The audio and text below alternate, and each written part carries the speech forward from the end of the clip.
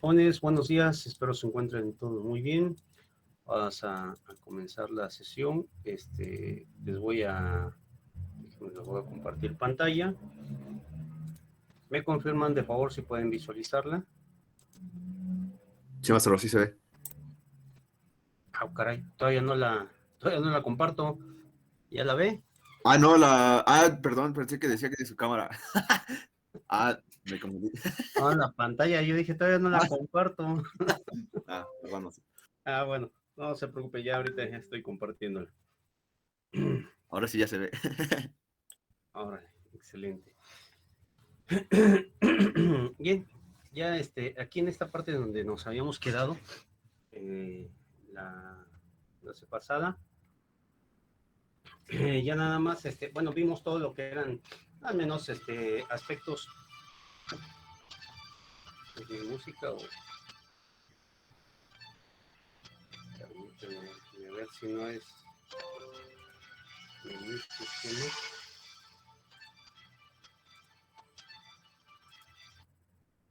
Perdón, es que me quedé es que ahorita, vamos a ver unos videos,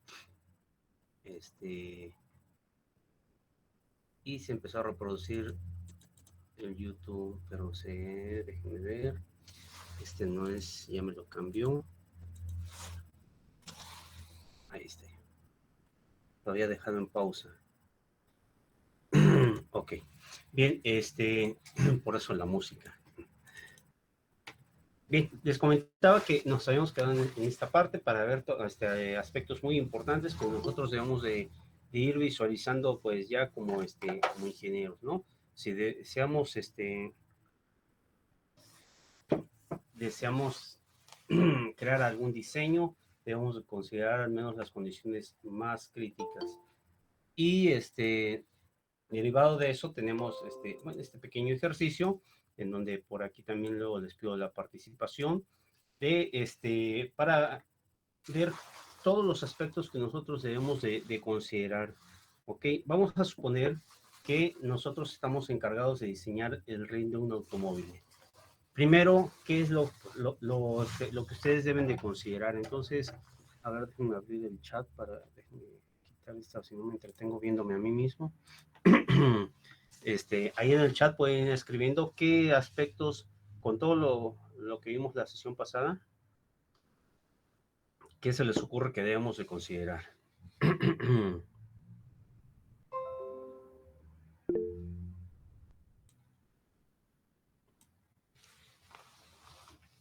Por ahí ya comenta Miranda, tipo de materiales, Jacinto, aerodinámica.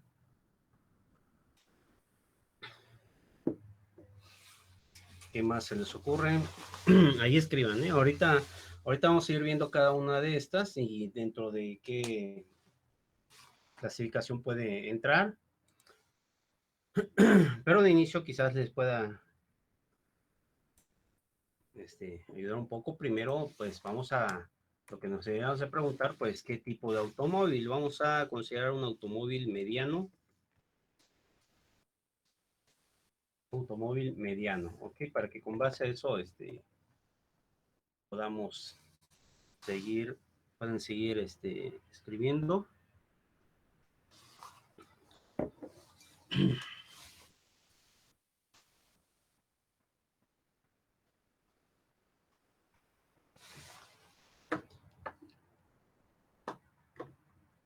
Dice Jacinto, la potencia. ¿Qué más se les ocurre, jóvenes? Para que terminen de despertar.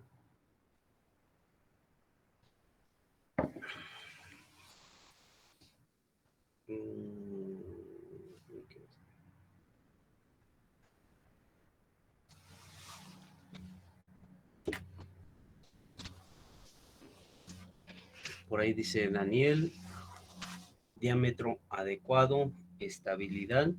Desde luego, por ahí como menciona Jacinto con la aerodinámica, López con la estabilidad, es eso ya una vez que nosotros propongamos nuestras dimensiones, como comenta hace un momento Daniel, materiales, ya debemos de considerar toda esta parte por medio de un estudio que tengamos justamente estabilidad, y esto desde luego tiene que ver con la parte inclusive del balanceo. No sé si han visto por ahí cuando llevan los automóviles a lo que es un servicio de alineación y balanceo, pues justamente luego le tienen a poner unos pequeños contrapesos de plomo, precisamente para que no, para que tenga estabilidad.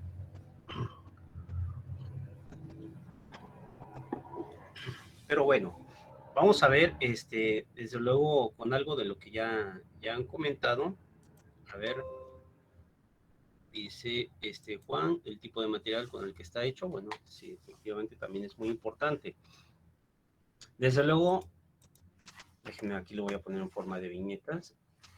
Nosotros tenemos que ver lo que es pues si es un automóvil mediano, nosotros podemos ir pensando en vehículos comerciales, como por ejemplo vehículos medianos. Aquí en México tenemos desde el Nissan, bueno, el Tsuru, bueno, que creo que ya está descontinuado, pero por ejemplo el de Volkswagen Vento, Jetta, en promedio, ¿no? Y con esto nosotros podemos ver justamente pues el tipo de uso que va a tener, ¿no? Por eso va a depender en la selección también del material. Por ejemplo, aquí en la Ciudad de México nosotros vemos mucho lo que son los taxis, y pues sí, es muy raro ver algún taxi por ahí con rines de aluminio, ¿sale? Entonces, pues por lo regular, si es un carro muy austero, pues se le ponen o se seleccionan con rines de acero, aparte de que son más resistentes también. Pero bueno, podríamos ir viendo lo que es el tipo de uso. Con base de esto, con base a esto, podremos también, algo que por ahí, a ver, déjenme ver, tipo de material, no han mencionado y que habíamos comentado, va a ser la carga, que es el peso que va a llevar ese automóvil, pues desde luego lo va a resentir los rines. Bien, otra de las condiciones de operación a las cuales va a estar sometida, ¿cuál de todas las que ustedes pueden imaginarse? Ahorita ya les dije del peso. ¿Qué otra condición de operación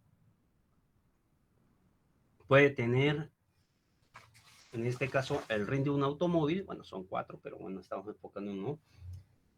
Cuando exactamente, por ahí ya menciona Jacinto, la velocidad. La velocidad, y con esto va de la mano, efectivamente, comenta José, con la temperatura. Estos son aspectos muy importantes. Cuando un vehículo está, por ejemplo, en autopista, tiende a elevar su temperatura. Por eso es de que a veces la presión de los neumáticos debe de estar pues dentro de los rangos recomendados por el fabricante. ¿Ok? Entonces, va a estar sometido, desde luego, a altas temperaturas, a la velocidad. Si bien es cierto, aquí en la Ciudad de México, bueno, tenemos los límites de velocidad, aunque a veces no se respetan, pero y bien también en autopistas, el límite de velocidad me parece que es de 110, 120 kilómetros por hora en autopista. Aún así, tampoco se llegan a respetar, ¿no? Por eso es de que hasta la selección de los neumáticos también tienen para su rango de velocidad, y desde luego también lo que viene siendo bueno, más que nada los neumáticos son los más sensibles a esto, ¿no? Los rines deben de resistir. Pero estas dos variables, y inclusive también la del peso, deben de ser sometidas por una simulación para ver cómo se va a comportar el material. Y desde luego aquí viene lo que ya muchos de ustedes comentaron, ¿no? El material que va a estar, que va a ser utilizado. Que como ya comentamos, en la mayoría, anteriormente se utilizaban mucho lo que eran los rines de acero, todavía se siguen utilizando, es lo más económico.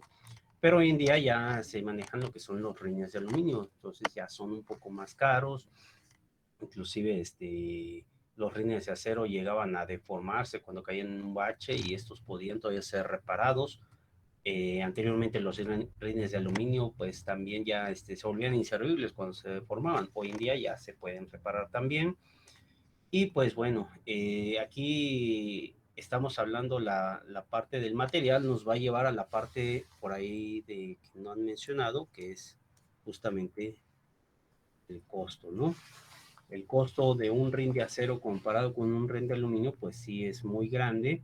Entonces, ahí va a depender también el tipo de uso, como les había comentado, para poder hacer una selección del material, ¿no?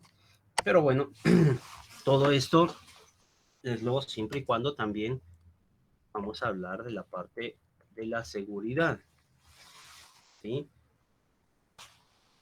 Cuando nosotros estamos hablando de la parte de la seguridad, quiere decir que debe de cumplir con todo, todo lo que estamos aquí detrás de este punto, pues si nosotros ya pasamos por todos esos análisis, entonces este puede ser un RIM que sea totalmente seguro, ¿no? Desde luego, inclusive ya está, esto va de la mano con la parte de las normatividades.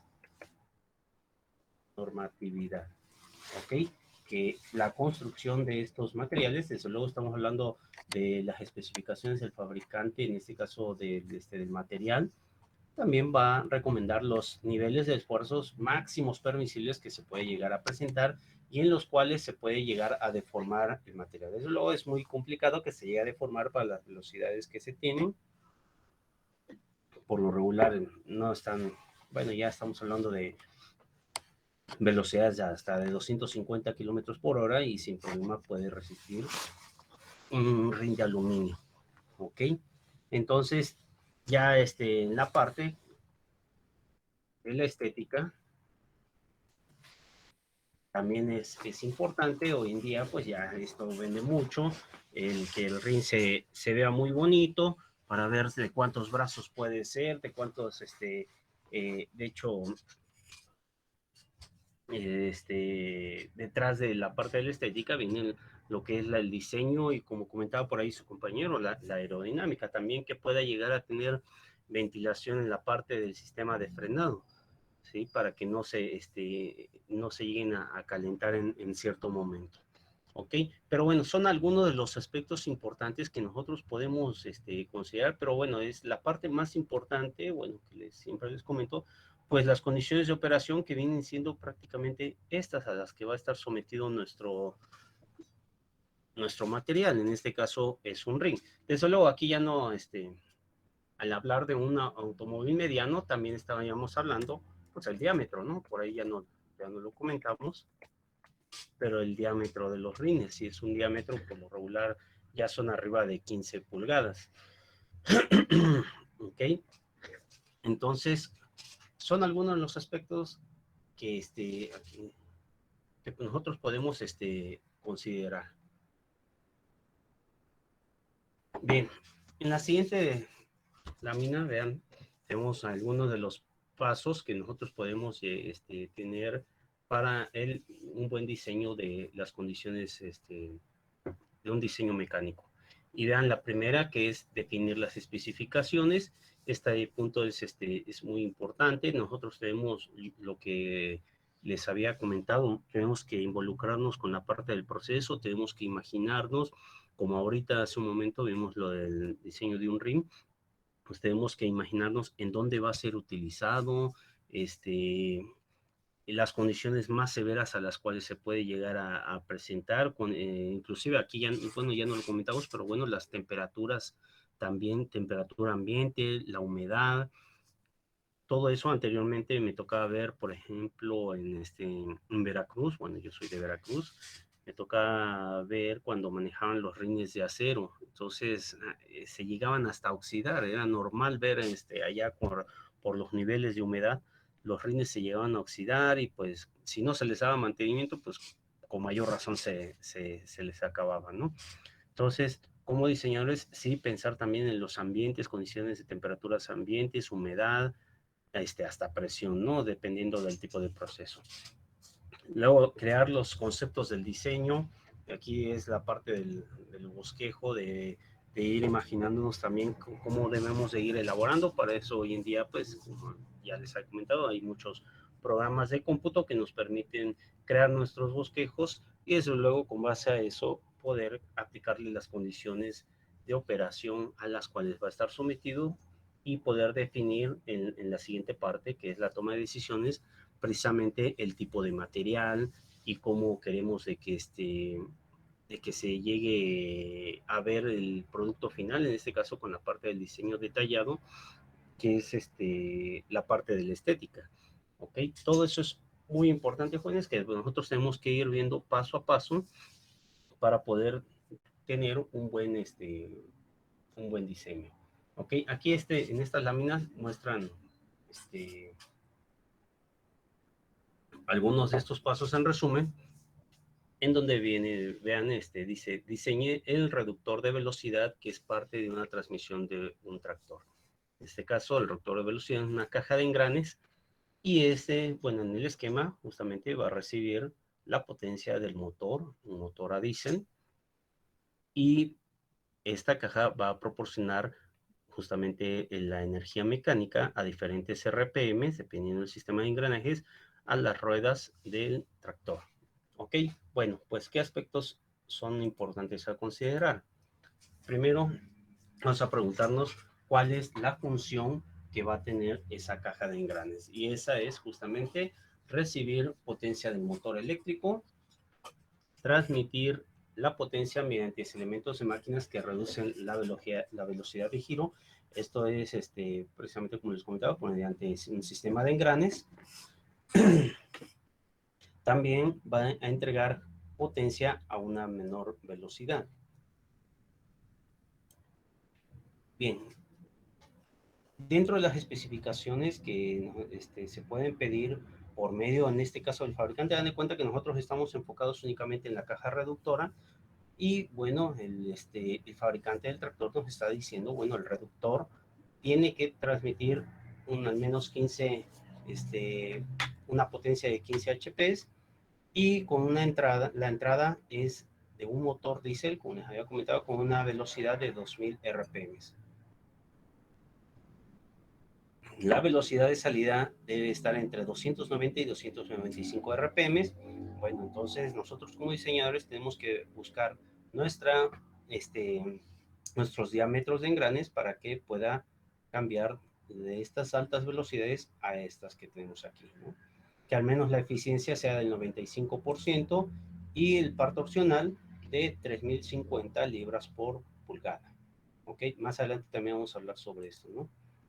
Los ejes de entrada y salida deben de estar alineados. Es una parte muy importante cuando estamos hablando de máquinas en movimiento. Lo que son los ejes deben de tener siempre alineación.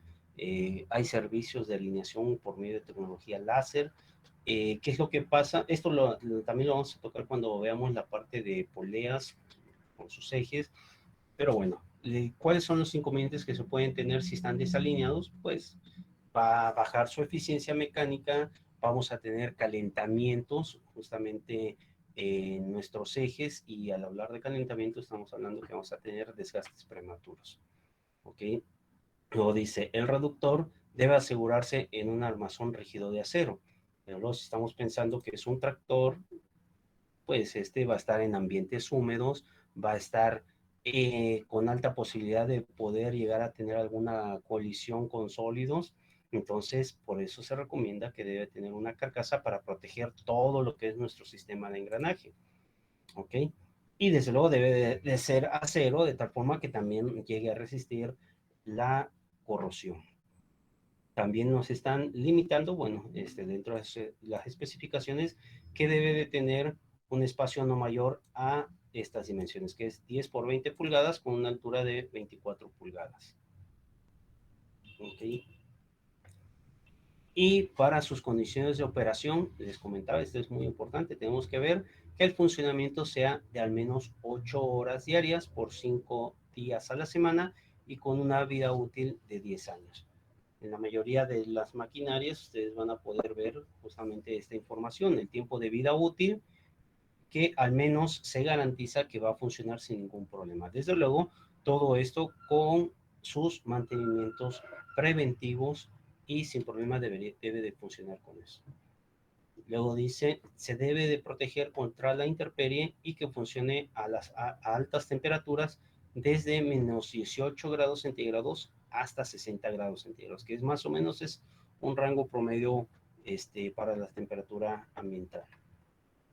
Y algo que también considerar es el volumen de producción, ¿sí? Que al menos se pueda llegar a tener la capacidad de poder producir. Aquí más que nada es la visión que les estoy transmitiendo desde que nosotros nos vamos a enfocar a producir estas cajas reductoras y también es algo que debemos de considerar hasta cuánto es la capacidad que nosotros podemos llegar a tener para poder cumplir lo que nos están pidiendo, ¿no?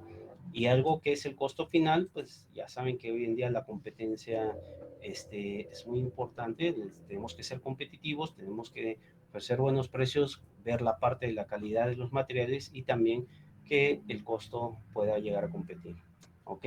Y lo que les comentaba en un momento, la parte de la normatividad, esto es muy importante, el hecho que cumplamos con normas para construir, diseñar y de operación.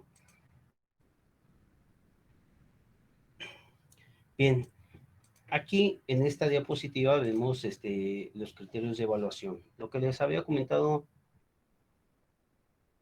anteriormente.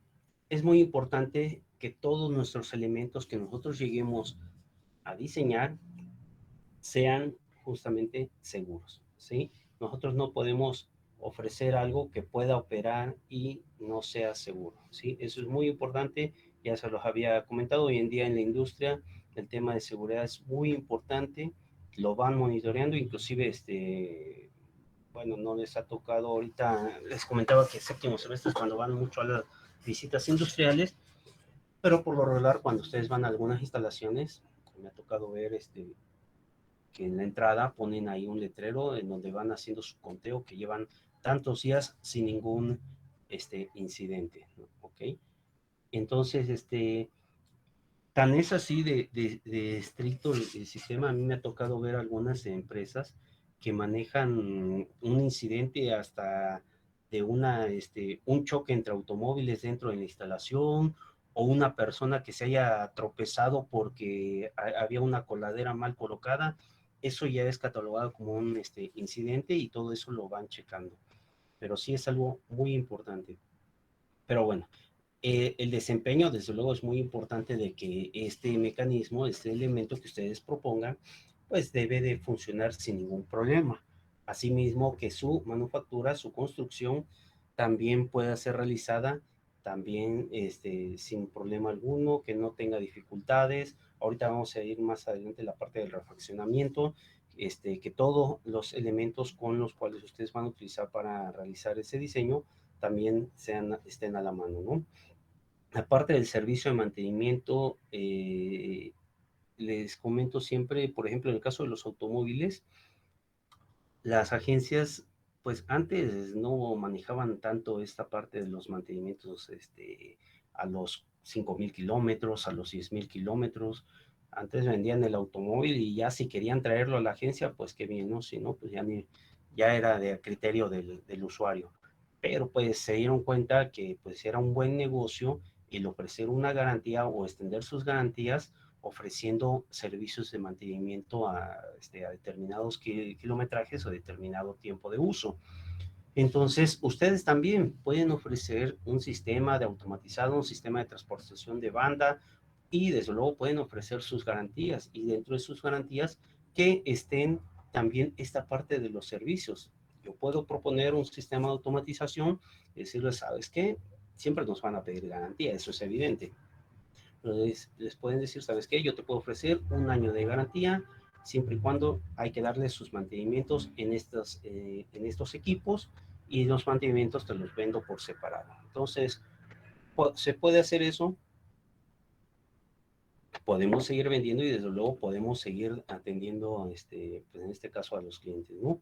Entonces, esa parte de servicio de mantenimiento preventivo, desde luego, y te están los mantenimientos correctivos, que es ya cuando llegó a fallar algún equipo y también se pueden ofrecer los costos de mantenimiento correctivo. En el caso de las agencias, ofrecen los costos del, por ejemplo, si se llega a desclochar un automóvil, te dicen, ¿sabes qué? Es por cambiar el clutch, este es tu modelo, este es tu vehículo, pues te voy a cobrar tanto y aparte tu refacción. Entonces, también ustedes pueden llegar a ver esa parte. Tenemos la parte de operación. Lo que les comentaba aquí, nosotros tenemos que asegurarnos que el operar estos equipos, estos elementos que nosotros llegamos a diseñar, pues sea fácil, ¿no? Aquí viene la parte quizás donde deban de considerar la parte de capacitación.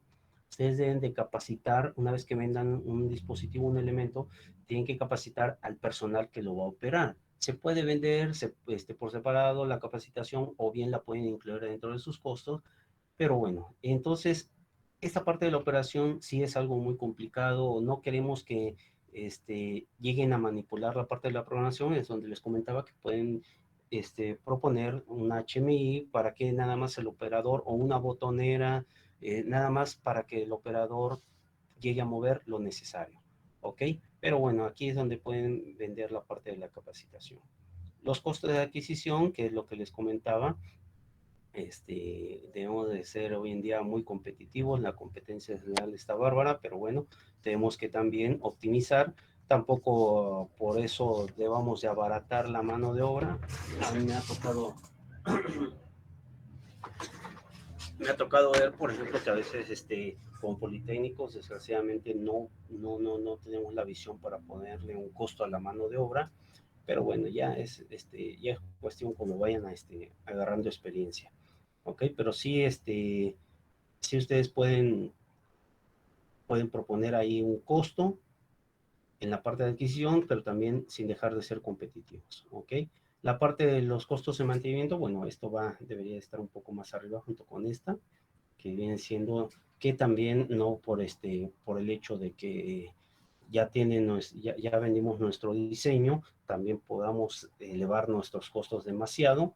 Esto lo podemos ver, por ejemplo, y nuevamente yo les comento mucho en las agencias automotrices, cuando ustedes van a adquirir un vehículo, no nada más deben de fijarse, por ejemplo, en el costo de adquisición, sino también saber cuánto nos van a representar los costos de mantenimiento, ¿sí? Porque de nada sirve que sea un vehículo económico en el costo de adquisición si los costos de mantenimiento van a ser mantenimientos a cada rato y los costos van a ser muy elevados. Entonces, sí es importante. Bien, las dimensiones, bueno, ya habíamos comentado con base al ejercicio de hace rato. Y bueno, el hecho de que sea silencioso, les había comentado, todas las máquinas con movimiento van a generar vibraciones, las vibraciones desde luego van a ser ruidosas, van a generar ruido, pero nosotros como ingenieros debemos tratar de mitigarlas. Este es algo que siempre vamos a tener, no vamos a encontrar o no vamos a poder diseñar equipos que no lleguen a vibrar, ¿ok? Entonces, este tema de las vibraciones, aquí es donde yo les muestro unos ejemplos de unos videos. Déjenme, les voy a poner. Aquí está. No sé si habrán visto. Déjenme quitar mi WhatsApp de mi máquina para que no esté sonando. Listo. El caso del puente de Tacoma. Aquí se los pongo. Este es un puente que construyeron en 1940. Tiene, le voy a quitar el audio, voy a dejar seguir el video para que puedan visualizar qué fue lo que pasó aquí. Es un puente que a final de cuentas colapsó precisamente por cuestiones de vibraciones. Comenzó a vibrar. Déjenme, voy a seguir el video. Bueno, ese no es.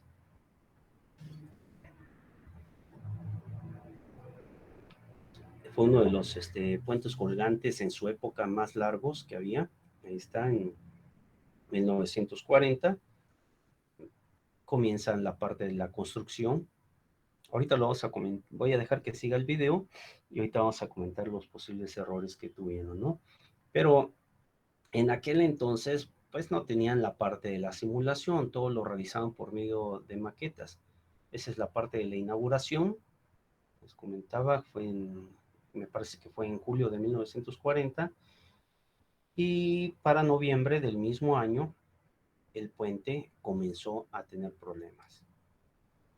Vean, ahí fue el factor más importante que, déjenme, voy a maximizar la pantalla para no, que fue justamente las corrientes de aire. Ahí el puente comienza a oscilar. Ya los desplazamientos que se tienen ahí ya son bárbaros, ¿no?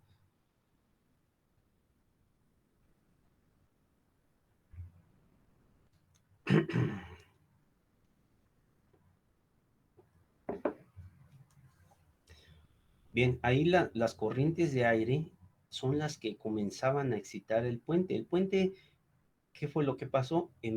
Comenzó a entrar en resonancia. Todo cuerpo, toda estructura tiene una frecuencia natural. Cuando llega otra frecuencia, y excita a la estructura, desde luego tienen que ser iguales, es lo que se lleva a cabo el efecto de resonancia. Es decir, en este caso el puente comenzó a entrar en resonancia.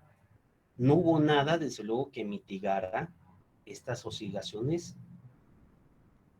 y vamos a llegar a una parte, ahorita que llegue el video, en donde el puente comenzó a colapsar. Desde luego ahí ya, vean, ahí un valiente, se alcanza a ver el video, ya es muy viejo, desde luego, por lo tanto va a estar, se ve pixeleado, pero ahí viene una persona caminando, se apenas puede,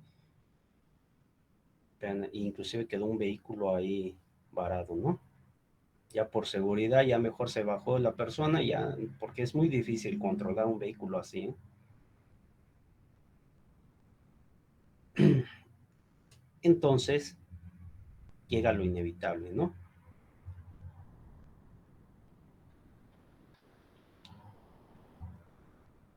Hay reportajes de esto en YouTube, desde luego, pueden checarlos, y llega lo que es el colapso. Este es un ejemplo que toman mucho lo que son los arquitectos, precisamente para evitar que se llegue a presentar cosas de este tipo. A pesar de la tecnología, ahorita vamos a ver todavía otro caso de un puente, no llegó al colapso,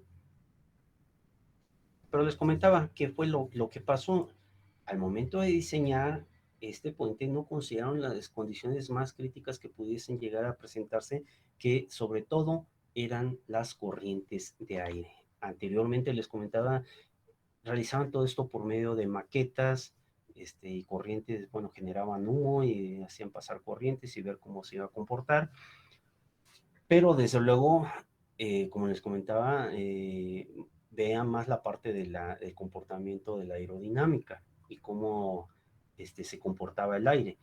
Pero ya hoy en día ya existen simuladores que pueden considerar las corrientes de aire y también el comportamiento del material, e inclusive también análisis de frecuencias en los materiales. Y aquí ya va a acabar el video. Entonces, ¿qué fue lo que pasó? Vean, aquí voy a regresar al video. Está oscilando, entró en resonancia el puente, el material con el aire. Desde luego, vean que aquí, hoy en día, casi los puentes no tienen toda esta altura.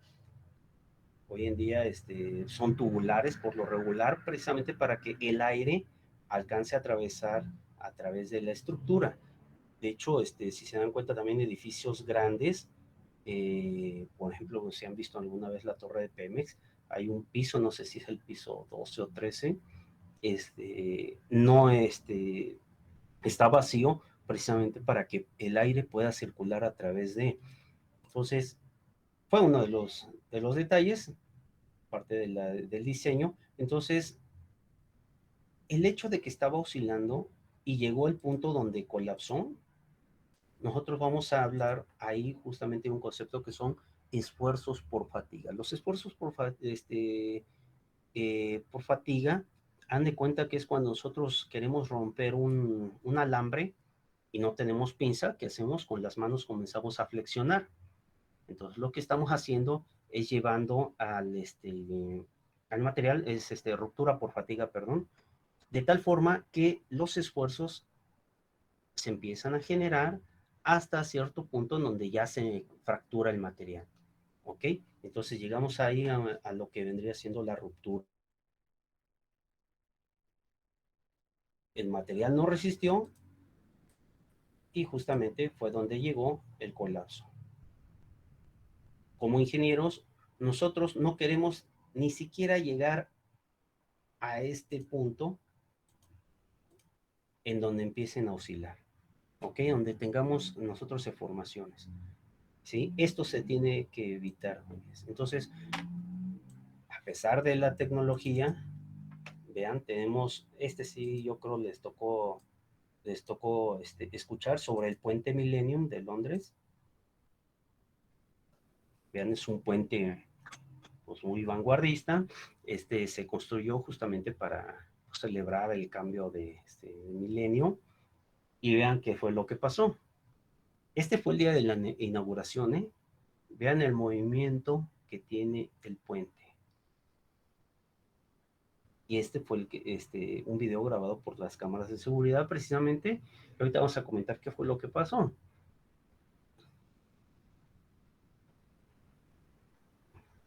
Ahí ya la mayoría de la gente ya tenía que sostenerse, bueno, inclusive ya experimentaban mareos, ¿no? Tenían que agarrarse porque ya el movimiento, pues, sí era considerable, era como si se hubiera un sismo. Vean, ahí se alcanza a ver de este lado, vean los desplazamientos que se tienen.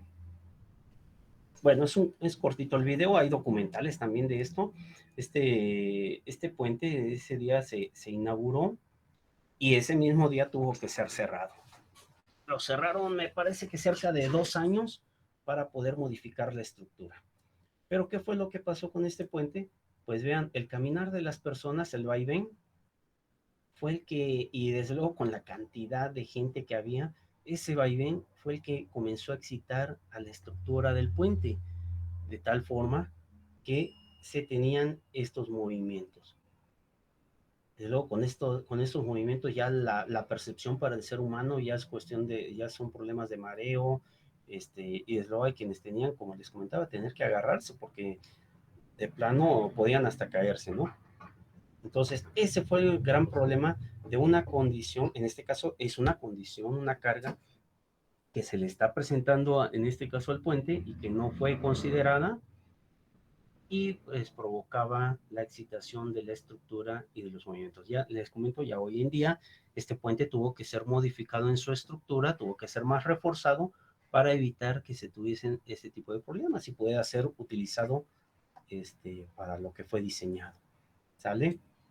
Pero bueno, son unos ejemplos que les pongo siempre, bueno, malos ejemplos, para evitar llegar a ese tipo. En este caso, pues en el puente de Tacoma, pues no hubo pérdidas porque pues fue un proceso pues muy lento para que pudiera llegar a la fractura. En el caso del puente Milenio tampoco hubo pérdidas materiales, debido a que fue un movimiento y en cuanto se dieron cuenta de lo que estaba pasando, pues cerraron el puente, ¿no? Pero son cuestiones que nosotros debemos de evitar al momento del diseño. Y por eso es muy importante el considerar todo lo que son las condiciones de operación. Entonces, ¿no? En el caso de los vehículos, nuevamente, vean que todos los vehículos pues llegan a vibrar. No sé si les ha pasado que al momento que encienden, el vehículo, les comentaba, tiene que llevar su proceso de lubricación y a veces si es un vehículo con 10 años de antigüedad, pues comienza a vibrar. Comienza a vibrar porque el vehículo está calentando. Ya después de que termina de calentar, el vehículo deja de vibrar. Entonces ahí estamos hablando que todo lo que viene siendo la estructura del vehículo tiene una frecuencia y está de cierta forma excitando. No son vibraciones muy intensas, pero pues después de cierto tiempo, el vehículo al dejar de vibrar, pues ya cambia su frecuencia, ¿sí? Entonces, por eso es de que a veces cuando ustedes están o ven que están en el transporte público, los microbuses, o llegan a acelerar, comienzan a vibrar lo que viene siendo la carrocería, y en algunos momentos, si la vibración es muy intensa, pues pueden llegar a fracturar el material del cual están elaborados, que a veces es inclusive fibra de vidrio. ¿Okay? Pero bueno, todo esto es muy importante y el tema de las vibraciones, ahí tesis doctorales sobre estos temas y cómo mitigarlas, pero es algo muy importante. Entonces, sí debemos de tratar de evitarlas, debemos hacer buenos diseños para que no lleguemos a tener problemas con esto. Bien, la parte de los materiales, ya lo habíamos comentado, de esto depende mucho de que tengamos también un buen refaccionamiento y también que puedan llegar a resistir las cargas a las cuales va a estar sometido. ¿Ok? Y finalmente la parte de la estética, la apariencia, es ahora sí, como dicen, ya es el producto final y cómo es que se va a ver. ¿Sale? Entonces, bueno, esta ya es la parte de las unidades. No sé si haya alguna duda, jóvenes. Los leo. A ver, déjenme ver si escribió en el chat, lo perdí. Hasta ahorita. Bueno, yo le había escrito ahí de que, bueno, hablando con el factor del peso, yo tenía entendido que ese factor era la dependencia del tipo de material, ¿no? Porque, por ejemplo, me parece que el aluminio es más ligero que el acero. Entonces, Así es, Miranda. Bueno, aquí en este caso usted se refiere al peso del ring, ¿no? El material. ajá. El que yo les estaba comentando es el peso del vehículo más el peso de las personas, que es lo que va a resistir el ring. Ah, ok, ya entiendo. Es que ¿Sí? pensé que nada más nos estábamos enfocando como en esa parte del ring como tal. No, no, sí, en este caso, es lo que les comentaba siempre, tenemos que considerar ahora sí, las condiciones a las cuales va a estar sometido nuestro elemento. En este caso, el elemento es el ring. Y debemos de considerar el peso, por eso inclusive hasta la velocidad. El peso, la velocidad, y ya saben que es el peso del vehículo más el peso de carga, más el peso, en este caso, en cabina. Entonces, sí es importante. Imagínense si nos enfocamos nada más en el peso del ring y nos olvidamos de todo lo que viene siendo la carga, pues vamos a pasar muchos factores desapercibidos, ¿no? Entonces, sí es importante. Pero sí, era más que nada el peso en este caso, la carga a la cual va a ser sometido el ring. Maestro, ya entendí. Órale, pues, sí, no hay problema.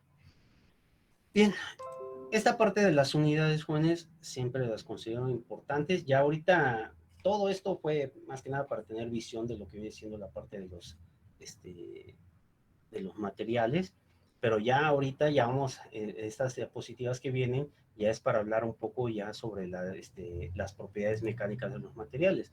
Pero sí es importante que nosotros podamos ir viendo sobre los sistemas de unidades que vamos a manejar, ¿no? Y en este caso, nosotros tenemos para la longitud, tenemos en el sistema inglés, vamos a tener la unidad de medida, pues es el pie, ¿ok? Y en el sistema internacional tenemos lo que es el metro. Algo muy importante que van a tener ya cuando puedan llegar a trabajar, van a ver que se maneja otra unidad también que son las pulgadas. Bueno, ya deben de estar familiarizados. ¿Ok? En sistema inglés, para lo que son longitudes largas, se manejan lo que es pies, para longitudes pequeñas se manejan pulgadas. Inclusive, si llegan a ver algún plano, déjenme, les pongo por acá, por ejemplo, van a poder ver unidades de este tipo, es 5 y viene la comilla y luego viene 3 y doble comilla, ¿ok? Esto significa que tiene una unidad de longitud de 5 pies más 3 pulgadas, ¿ok? Cuando es una comilla es una unidad de pie y cuando es doble es de pulgada, ¿ok? Entonces ya con esto ustedes pueden saber, yo aquí es donde les recomiendo que siempre tengan un programa para convertir unidades, a pesar de que también ahorita vamos a hacer unos ejercicios sobre cómo les recomiendo que hagan su conversión en unidades. El que yo utilizo es que es el Conner, y está para descarga libre. Esta es una versión sencilla. Aquí, por ejemplo, tenemos para longitudes, tenemos para potencia, presión, temperatura, conductividad térmica para el tiempo, velocidad lineal, viscosidad dinámica, y bueno, aquí tenemos todas las que llegue a manejar. Ok, yo les recomiendo que tengan uno a la mano, también que tengan uno en su celular, es de muy buena ayuda, ya que a veces pues no llegamos a estar familiarizados con todas las unidades. Ok, entonces sí les recomiendo tengan a la mano, y siempre es bueno que lo tengan. En este caso yo lo tengo como acceso directo aquí para que podamos utilizarlo en cierto momento. Pero bueno, entonces regresando a las unidades de longitud, les comentaba, el símbolo desde luego para el metro es la letra M. Ok, de ahí tenemos para la masa, tenemos esta que es la unidad del sistema inglés, que es SLU, aunque por ahí van a estar utilizando mucho lo que es las libras, que son libras masa. Ok, acuérdense que, déjenme generar una copia de este texto, aquí es donde vamos a ver,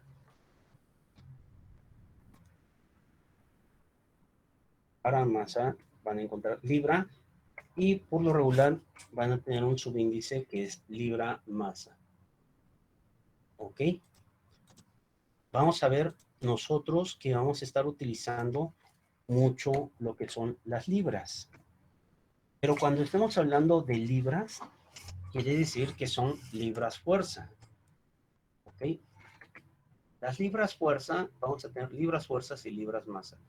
Cuando estemos hablando de libras fuerza, quiere decir que vamos a estar hablando de como libras. Mejor dicho, cuando hablemos de libras, quiere decir que son libras fuerzas. Ahorita vamos a ver un poco más sobre esto. Y cuando sean de libras masa, forzosamente se le tiene que poner su subíndice. ¿Sale? Entonces, vamos, aquí es donde les voy a comentar cómo es cuando estén hablando inclusive de unidades de presión, erróneamente se llegan a decir, por ejemplo, en el caso de cuando inflan los neumáticos, les preguntan a cuánto de presión o a cuántas libras, luego dicen, no, pues ponlo a 32 libras. Realmente es una unidad de presión y es a 32 libras por pulgada cuadrada. Ok, pero lógicamente no vamos a estar ahí diciendo, oye, es que son 32 libras por pulgada cuadrada. No, simplemente ya ponle 32 libras y punto, ¿no? Ya sabemos qué es eso. De hecho, no traigo mi calibrador aquí. Pero bueno, entonces sí es parte del lenguaje común, inclusive cuando ahorita que lleguemos a la parte de presión vamos a estar comentando también la parte de otras unidades. Bien, desde luego en el sistema internacional la unidad de medida es el kilogramo, ¿sale? Entonces vamos a estar manejando mucho esas unidades, kilogramos, libras. El SLUG sinceramente casi no lo he visto que lo manejen, utilizan más lo que son las libras masa, ¿ok? Bien, para el tiempo, pues la unidad es la misma, es el segundo, vean, y su símbolo es la S minúscula. Para la fuerza, vean qué unidades va a tener la fuerza. Yo siempre les pongo esta parte aquí para que se acuerden de la segunda ley de Newton. La fuerza es igual a la masa por la gravedad. Si nosotros sabemos la gravedad en qué unidades está, la gravedad está en, la masa está en kilogramos, ya lo vimos, en kilogramos en el sistema internacional, desde luego, y la gravedad está en metros por segundo al cuadrado. Estoy metiendo por segundo al cuadrado. Estamos hablando que esto es igual a un newton. ¿Ok? Entonces, para que se acuerden, si no recuerdan la fuerza en qué unidades está en sistema inglés, pues está justamente en newtons. Aquí está. ¿Ok? Y en el sistema inglés vean que está en libras. Y aquí es lo que les comentaba. Estas son libras fuerza, ¿eh? No son libras masa. ¿Sale? Bien. Para la presión, vamos a tener la siguiente. Vean que la presión es igual, si recuerdan, es igual a la fuerza entre el área. La presión que ejerce un fluido es igual a la fuerza del mismo sobre el área sobre la que se está ejerciendo la fuerza. ¿Ok? ¿Y esa qué unidades tiene? Va a tener unidades, la fuerza ya vimos que son unidades de newtons, y el área es una unidad de longitud que ya vimos, es en metros, por lo tanto va a ser sobre metro cuadrado. ¿Ok? Entonces aquí tenemos que la presión va a tener unidades de pascales. Un newton sobre metro cuadrado es igual a un pascal. ¿Ok? ¿Qué otra unidad de presión conocen? Que hayan escuchado.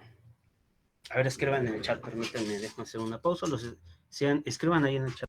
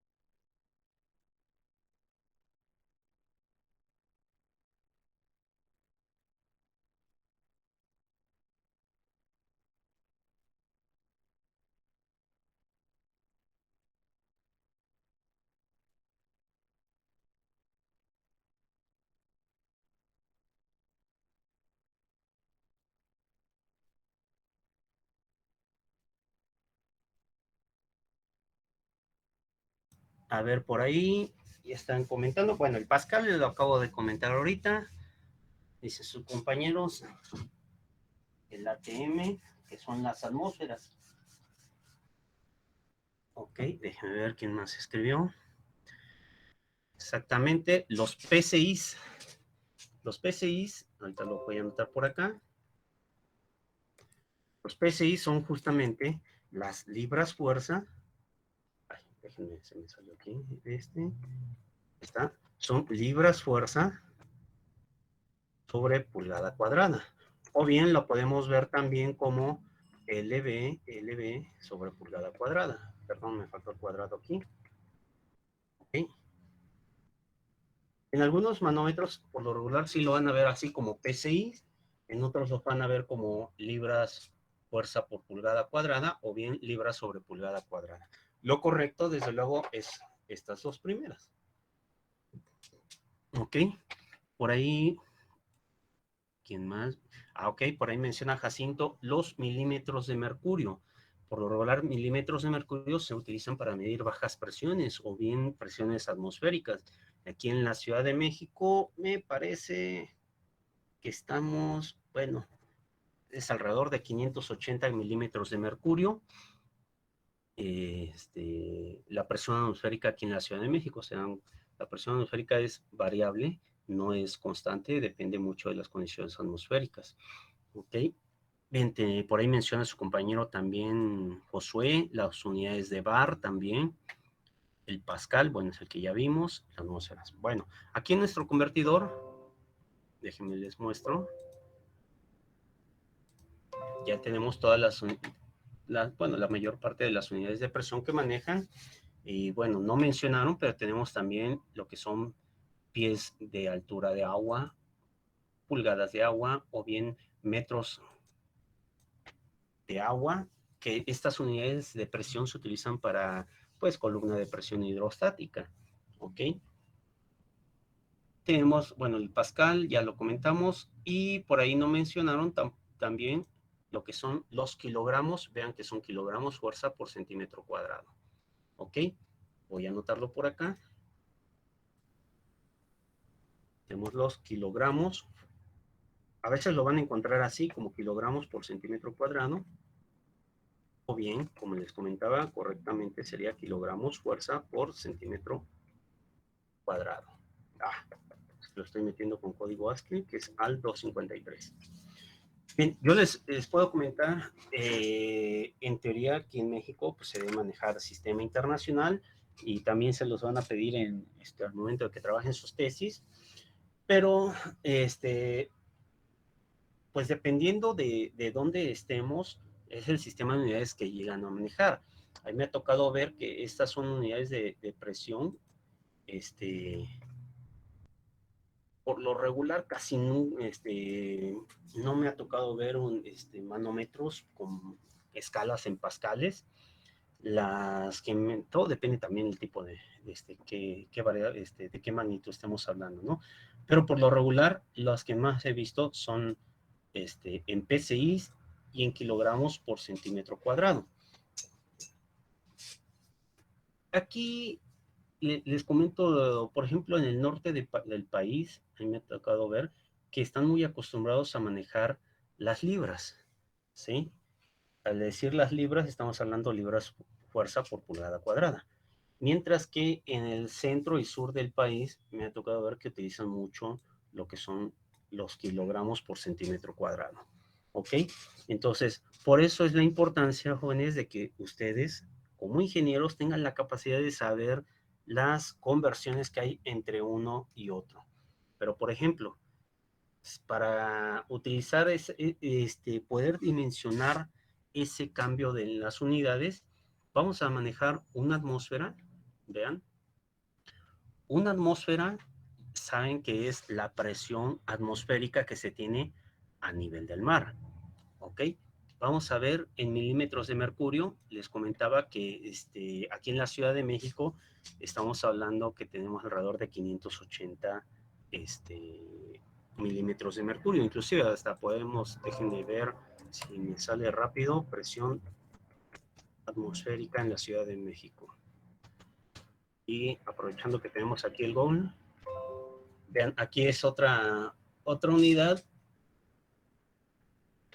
Esta es otra unidad, no nos dice qué unidad tiene. Aquí déjenme ver.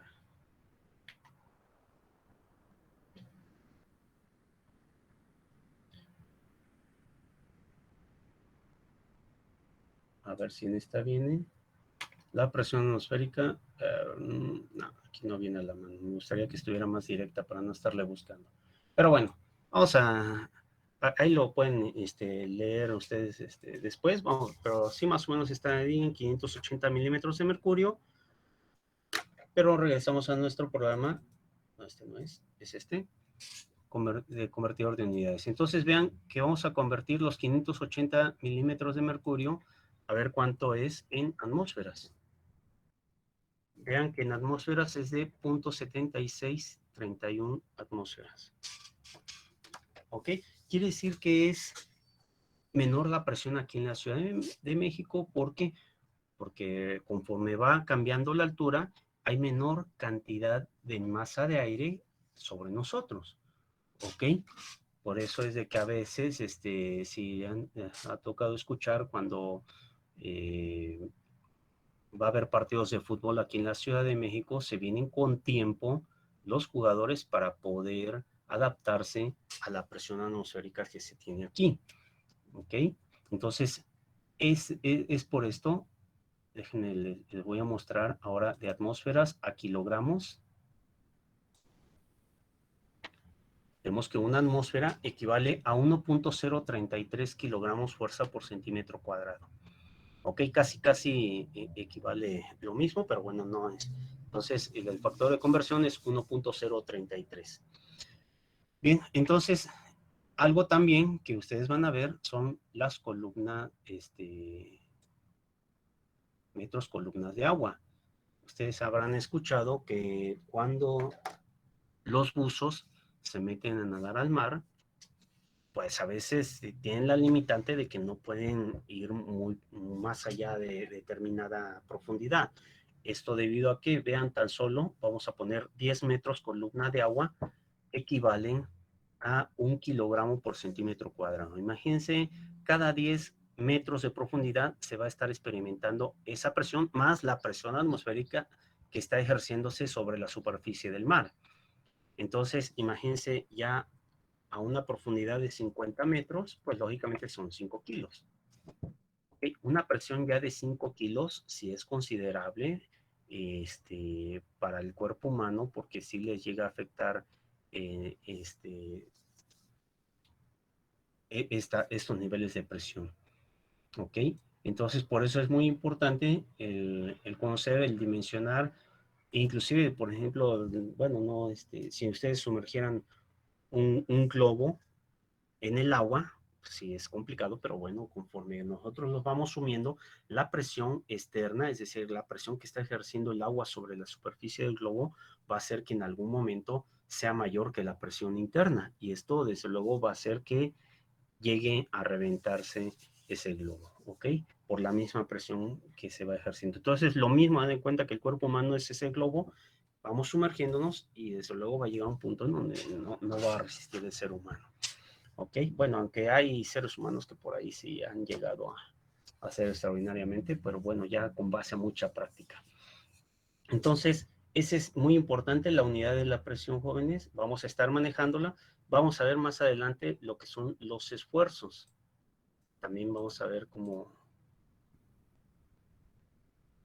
los esfuerzos. Y los esfuerzos vamos a tener que van a tener las mismas unidades de la presión. ¿Ok? No son conceptualmente lo mismo. Una cosa es la presión y otra cosa son los esfuerzos, pero al menos en cuanto a unidades, sí. ¿Ok? Entonces, cuando estamos hablando de esfuerzos, es normal que vamos a estar hablando de PSIs o de kilogramos por centímetro cuadrado. ¿Ok? Entonces, para que lo tomen en cuenta. Ahí tenemos lo que es la energía que nosotros vemos que es el trabajo es energía, y el trabajo lo vamos a encontrar con la letra W, es igual a la fuerza por distancia. ¿Sí? Y la fuerza por distancia, si ya sabemos que la fuerza es en newtons y la distancia está en metros, vemos que el trabajo va a ser unidades de newton metros, y eso es igual justamente a un joule. Entonces les pongo todo esto para que si en algún momento no se acuerdan qué unidades tiene la fuerza, qué unidades tiene el trabajo, pues bueno, creo que con estas ecuaciones es muy fácil determinarlas. ¿Ok? Entonces el trabajo va a ser unidades de joules, y desde luego la potencia que la vamos a conocer por la letra P mayúscula, es simplemente trabajo por unidad de tiempo. ¿Ok? Y esto estamos hablando que va a ser joules sobre segundo. Y eso todos lo conocemos, el joule sobre segundo, que son justamente los watts. ¿Ok? Voy a poner aquí, entre paréntesis, watts. Aquí sí es muy importante, nos va a tocar, yo he visto que muchos ponen la letra W minúscula y luego ponen, perdón, aquí se convierte en mayúscula. Y para hablar de kilowatts, hablan de, le ponen la letra W mayúscula. ¿Ok? Entonces, nosotros, lo correcto es estar hablando, es un watt, equivale, y estar hablando de 1000 watts es igual a un kilowatt. ¿Ok? Todo en mayúsculas. ¿Vale? Pero sí les comento porque he visto alguna nomenclatura en donde usan el watt en minúscula. ¿Ok, jóvenes? Entonces, vamos a hacer unos ejercicios en la próxima clase en donde vamos a estar viendo estas unidades, pero sí considero que es importante que las manejemos. Ya muchos de ustedes ya deben de saberlas, pero si no, por eso considero este pequeño espacio para poder recordarlas. ¿Sale? Entonces, no sé si hay alguna duda, los leo en el chat o por medio del micro.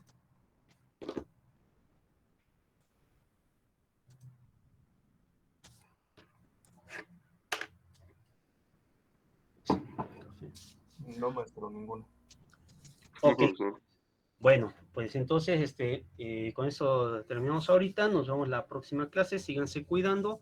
Y y en la siguiente haremos algunos ejercicios por ahí. ¿Sale? Que tengan un excelente inicio de semana. Sale, maestro, gracias. Sí, Hasta profesor, luego. Nos igualmente. vemos, hasta luego. Gracias, hasta luego. Hasta luego. Hasta luego, profe, cuídese. Igualmente, nos vemos.